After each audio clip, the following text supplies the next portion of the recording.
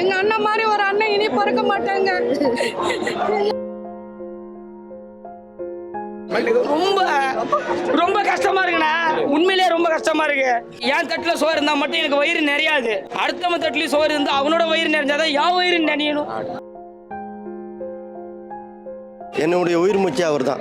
காலையில் பிடிச்சி சாப்பிட கூட இல்லை, இந்த மாதிரி கேள்விப்பட்டதான். வருஷம் கூட நாங்கள் திருவேற்காடு போயிட்டு வந்தோம் சார். அவருக்கு கொசம் நடந்து வந்து ஒரு 10 லேடிஸ். இந்த வருஷம் கூட போயிட்டு அவர் கொசம் வேணும்னு வரலான்னு சொல்லுவோம். இதுக்குள்ள அவர் அங்கே விட்டுட்டு போயிட்டாரு சார். அவருக்கு இடம் தரணும், விஜயகாந்துக்கு பிச்சை இடம் தரணும். எப்படி புரட்சி தலைவர் வந்து எல்லா மக்கள் வந்து பார்க்கறாங்களோ நினைச்சிருக்க, அதே மாதிரி இவரையும் வந்து பார்க்கணும் மக்கள் எல்லாம். பார்க்கலான்னு ஒன்றா பார்க்க முடியல, அலை தாங்க முடியல. என்னத்த சொல்ல, நல்ல மனுஷன். இன்னைக்கு கருப்பு எம்ஜிஆர் எங்கள் கேப்டன் நாங்கள் பார்க்குறோம். பொன்மன செல்வன், புரட்சி கலைஞர், எழுச்சி கலைஞர் எல்லாமே எங்கள் தலைவருக்கு பட்டம். அவரே தேடி போல, அவருக்காக வந்தது. வந்தாரை வாழ வைக்கும் தமிழ்நாடு சென்னைன்னு சொல்றதை விட வந்தாரை வாழ வைக்கும் கேப்டன் தான் சொல்றாங்க.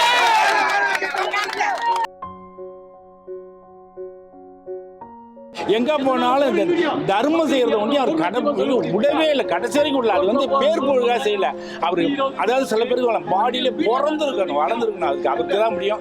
அது சொல்லி வேற ஒண்ணுமே கிடையாது. அவரை போல இருக்க முடியாது ஐயா, இனிமே யாரும் அந்த வாய்க்கில் வாய முடியாது ஐயா. அவர் நல்லதுதான் செஞ்சார் நாட்டுக்கு, யாரும் இந்த மாதிரி செய்ய முடியாது. இன்னும் சத்திரை இருந்தாலும் நல்லா இருந்திருக்குப்பா. ஜனங்களுக்கு மக்களுக்கு உதவி செய்யறதுனால இருக்க மாட்டாங்க ஐயா, போயிடுறாங்க சீக்கிரம். ஒரு நல்ல மனிதனை நம்ம இழந்துட்டோம். புரட்சி தலைவரை எப்படி இருந்து நான் கவலைப்பட்டனோ அதுக்கு அடுத்தது நான் இப்ப கவலைப்படுறேன். சத்தியமா என் மனசு காலையில் தாங்கல. கேப்டன்ன்றது அவர் இங்க இருக்கிற ஒவ்வொருத்தனுடைய இதய துடிப்புல இருக்கிறார் கேப்டன். காசுக்காகவோ சோத்துக்காக வந்த கூட்டம் கிடையாது, அவருடைய நம்பிக்கைக்காக அவருடைய பாசத்துக்காக வந்த கூட்டம் தான்.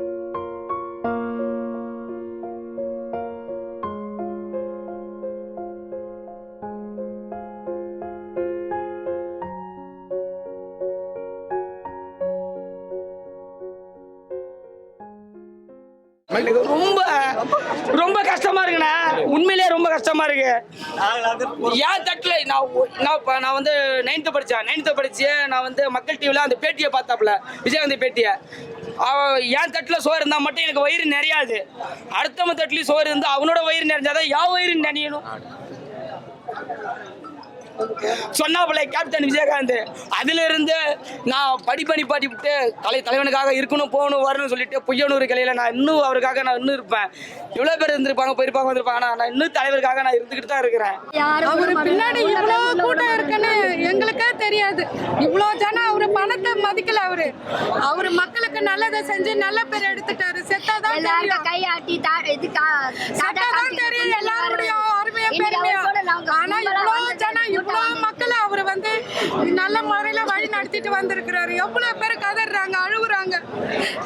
எங்க அண்ணன் மாதிரி ஒரு அண்ணன் இனி பிறக்க மாட்டாங்க. எங்க அண்ணன் எவ்வளவு நல்ல யாரும் பிறக்க மாட்டாங்க ஐயா. அவரு ஜாதி மதம் பார்க்க மாட்டாரு. பசின்னு வந்தவங்களுக்கு எல்லாமே செய்வாரு. அவரு பசின்னு வரவங்களுக்கு அவரு புடவை கொடுத்து பணம் கொடுத்து நல்லா சந்தோஷமா கூட பிறந்தவங்க வந்த மாதிரி அவர் எல்லாமே சலுகை செஞ்சு அனுப்புறவர். அவரை மாதிரி இனி யாரும் பிறக்க போறது இல்லை. கடைசி அவரோட ஒரு உருவத்தையும் முகத்தையும் பார்க்கலான்னு நாங்க வந்து காத்து கிடக்கிறோம். தவறு செஞ்சவர்களும் தவறு செய்யாதவர்களும் பிச்சில் இடம் இருக்கு. ஆனால் தவறே செய்யாத அப்துல் கலாம் ஐயாவால் 2002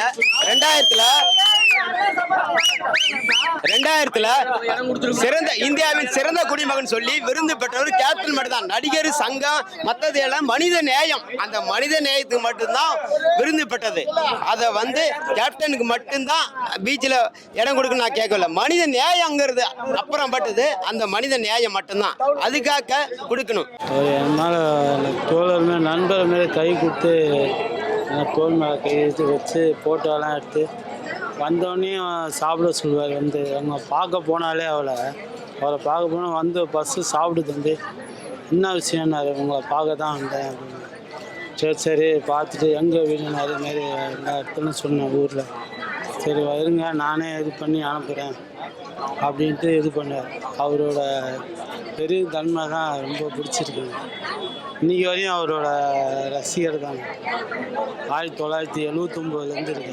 அவரை போல இருக்க முடியாது ஐயா. இனிமேல் யாரும் அந்த வாய்க்கில் வாழ முடியாது ஐயா. அவர் நல்லது தான் செஞ்சார் நாட்டுக்கு. யாரும் இந்த மாதிரி செய்ய முடியாது.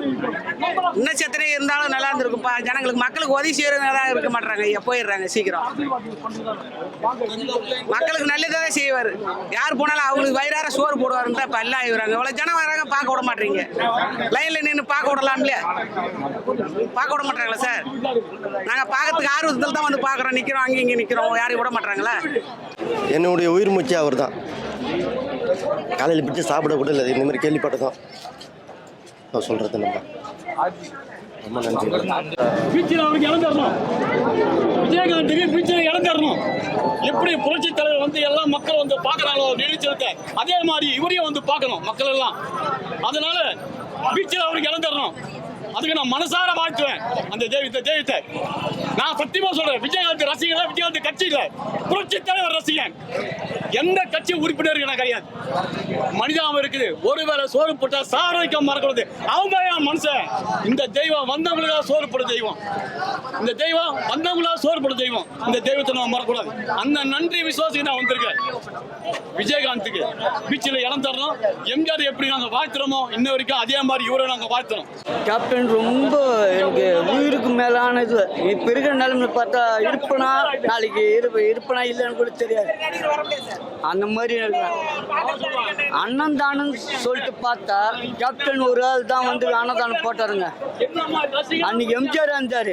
இன்னைக்கு கருப்பு எம்ஜிஆர் எங்கள் கேப்டன் நாங்கள் பார்க்குறோம்.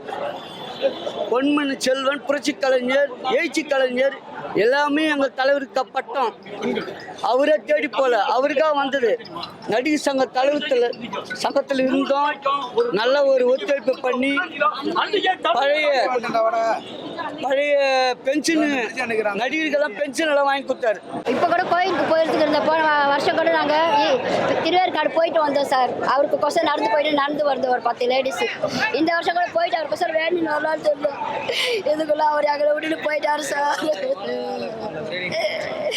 எங்கள் வீட்டில் எதுவாக இருந்தாலும் எங்களுக்கு கேப்டன் இருந்தால் எனக்கு அவ்வளோ பிடிக்கும். எங்கள் ஆளுங்களே எனக்கு அப்படியே ரொம்ப இது பண்ணுவாங்க. கேப்டன் இருந்தால் உயிரே உரிய நீ அப்படின்னு சொல்லிட்டு எல்லா இதுவும் கூப்பிட்டு அவர் ஒரு ஏழை ஜாதியே பார்க்க மாட்டார் சார். ஏழை ஜாதின்ட்டு படம் எடுத்தது இவருக்கு கொசரம் தான். எல்லாருக்குமே கூப்பிட்டு கல்யாணம் செஞ்சு வச்சிருக்கிறாரு கேப்டன். அவர் பிறந்த நாள் வந்தாலுமே அன்னைக்கு எல்லாருக்குமே அன்னதானம். எங்கே பார்த்தாலும் அன்னதானம். நாங்களும் கூட போவோம். வண்டியில் எட்டுன்னு போயிட்டு நாங்கள்லாம் போயிடுறோம். முந்தா நேரத்து கூட கிறிஸ்மஸ்க்கு கூட போயிட்டு இது ஐநாவரம் போயிட்டு இதுக்கு கேக்கெல்லாம் கொடுத்துட்டு வந்தாங்க. அன்னி கூட நாங்கள் போனோம். இங்கே கூட வந்திருந்தோம். அப்போ போன வாரம் கூட இங்கே வந்து அன்னி பதவி இது எடுக்க போது எவ்வளோ கடைசி சாப்பாடு அவருக்கே தெரிஞ்சு போச்சு. தெரியல சார். கடைசியா சாப்பாடு போட்டுட்டு இன்னைக்கு ஊர் ஜனமே அவர் கூட வந்து நிற்கிறாங்க.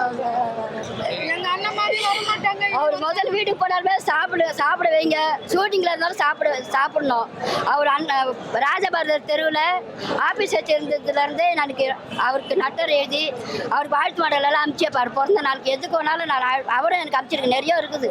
கல்யாண பத்திரிகைலாம் நான் அவர் ஒன்று கூட ஒரு மிஸ் பண்ணதே இல்லை. எல்லாம் எடுத்து கூட எல்லாம் போட்டுட்டு இருப்பாங்க. ஆனால் நான் அவரோட ஒரு பொருளும் பத்திரம் பண்ணி வச்சிருக்கிறேன் சார். எல்லாம் சொல்லுவாங்கல்ல கோட்டை மாரி எல்லா ஆர்டிஸ்டும் அவ்வளோ பாதுகாப்பாக கொடுப்பாரு. கேரளெலாம் உட்கார மாட்டார். ஸ்டூல் போட்டு அப்படி உட்காந்து சென்டரில் உட்காந்துக்குவார். அப்படி இருப்பார். சாப்பாடு வந்துதா போனான்னு எல்லாத்தையும் பார்ப்பாரு. அங்கே என்ன சாப்பாடு போட்டீங்க இருந்தாலும் எல்லா சாப்பாடும் போய் பார்ப்பாரு. அப்படி தான் வந்துருக்கேன். நான் கூடவே இருந்திருக்கேன். நிறைய படம் ஒர்க் பண்ணியிருக்கேன். 25 படத்துக்கு மேலே ஒர்க் பண்ணியிருக்கேன். லாஸ்ட்டாக ஒர்க் பண்ண தாயகம் இது உலகத்தோட ஒர்க் பண்ணேன். அதுக்கப்புறம் ராவுத்தரப்புல இருந்தேன் நான் முக்கால்வாசி. ஏன்னா அவர் மனிதனும் தெய்வமாகலான்னு சொல்லலாம். அது அவருக்கு தான் பிறந்தேன். அவரை பற்றி சொல்கிறது நிறைய இருக்குது. கதை நிறையா இருக்குது. அது சொல்கிறதுக்கு அளவு இல்லை. அள்ளி கொடுப்பாரு. கிள்ளி கொடுத்ததே இல்லை. எனக்கு தெரிஞ்ச வரைக்கும் ஊட்டி போனாக்கா அங்கே போய் ஃபஸ்ட்டு ஷூட்டிங் தானே எல்லாம் போவாங்க. இவர் ஷூட்டிங் போக மாட்டேன். ஹாஸ்பிட்டலாக ஏறுவார். ஏறி போய் அங்கே பிள்ளைங்களுக்குலாம் பார்ப்பார். பார்த்துட்டு 10 கட்டு வாங்கி கொடுறான். கம்பளி போகிற வாங்குறான் அப்படின்னு டிவி பெருசாக வாங்கி சென்டரில் வந்து ஃபிக்ஸ் பண்ணி கொடுத்துட்டு எல்லாரும் கம்பளி போகிற கொடுத்துட்டு வருவார். ஊட்டியில் கொடைக்கானலுக்குலாம் போனாங்க, ஷூட்டிங் போனாங்க, பொள்ளாச்சி போனாங்கள அப்படித்தான். எங்கே போனாலும் இந்த தர்மம் செய்கிறத ஒண்டி அவர் விடவே இல்லை, கடைசி வரைக்கும் விடல. அது வந்து பேர் பொருளாக செய்யலை அவரு. அதாவது சில பேருக்கு பாடியில பிறந்திருக்கணும், வளர்ந்துருக்கணும், அவருக்கு தான் முடியும். அது சொல்லி வேற ஒன்றுமே கிடையாது. கேப்டன்ன்றது அவர் இங்கே இருக்கிற ஒவ்வொருத்தனோட இதய துடிப்பில் இருக்கிறார் கேப்டன். இருக்காரு தெரியுமா? காசுக்காகவோ சோத்துக்காக வந்த கூட்டம் கிடையாது. அவருடைய இதுக்காக, அவருடைய நம்பிக்கைக்காக, அவருடைய பாசத்துக்காக வந்த கூட்டம் தான். ஒரே வார்த்தை, ஒரே மூச்சு, ஒரே கோபிநாதன் பாரித்தேர் சோழமேடு. கோபிநாதன் சோறு போட்டது அவர் தான், கேப்டன் தான் எல்லாமே பண்ணார். இன்றைக்கே எனக்கு ஒரு வண்டி வசதி பண்ணி தரேன்னு சொல்லிடுறார். நான் ஓப்பனாக சொல்லுவேன். ஆனால் அவர் ரொம்ப எனக்கு மனசு கஷ்டமாக இருக்குது. எனக்கு உண்மை அதான். எனக்கு ரொம்ப நான் காலையிலேருந்து அழுதுட்டு இருக்கேன். எனக்கு ரொம்ப கஷ்டமாயிடுச்சு. எனக்கு என்ன ஒரு விஷயமா தான் சார், சாப்பாட்டு விஷயத்துல வந்து சாப்பிட்டு போக சொல்லக்கூடிய ஒரே விஷயம் கேப்டனுக்கு மெரினாவில் இடம் கொடுங்க. கவர்மெண்ட் செலவைக்க தேவையில்ல. அவரோட ஒவ்வொரு தொண்டர்களையும் காசை போட்டு கலைஞருக்குலாம் எம்ஜிஆருக்குன்னு அவரோட 18 மாடியில் 20 அடி செலவு நாங்கள் வைப்போம், 30 50 அடி செலவு நாங்கள் வைப்போம். அவருக்கு மட்டும் இடம் கொடுக்க. எனக்கு ஹார்ட் ஆப்ரேஷன் பண்ணிக்குது. ஏன் பேச வந்தேன், இந்த தெய்வம் மற்றவங்களாம் சோறு போட்டு தெய்வீங்க.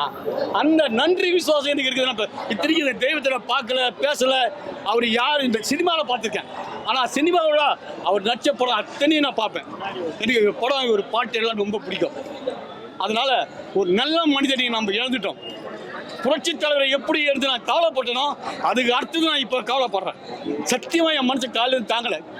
கீழே பார்த்த உடனே அதுலேருந்து மனசு கேட்காம நான் என் பாட்டை ஏஞ்சி குளிச்சுட்டு வெறிய வயிற்றுல வந்து இருக்கேன். சாப்பிடல இன்ன வரைக்கும். ஒரு நல்ல மனுஷனை வாழ்த்துக்கியா, நல்ல மனுஷனை அரசியல் வழியா வரவழைக்கியா. அப்போதான் நம்ம தமிழ்நாடு உருப்படும், அப்போதான் நம்ம தமிழ்நாடு உருப்படும். வந்தவங்களுக்கெல்லாம் போடுவவங்களுக்கெல்லாம் நம்ம ஓட்டை போட்டு இன்னைக்கு நடுத்தரில் நிற்கிறோமையா. நம்மளை கேட்க கூட ஆடு இல்லையா. ஒரு 6 வயசு குழந்தைக்கு பாதுகாப்பு இல்லையா. 6 வயசு குழந்தை ஸ்கூலுக்கு போயிட்டு வீட்டுக்கு திரும்ப முடிச்சுக்கு பக்கம் இருக்குது பெற்றவங்களுக்கு. அந்த மாதிரி ஆகி போச்சு தமிழ்நாடு. ஒரு வயசு பொண்ணு ரோட்ல நடக்க தைரியம் பாதுகாப்பு இல்லாத போச்சு.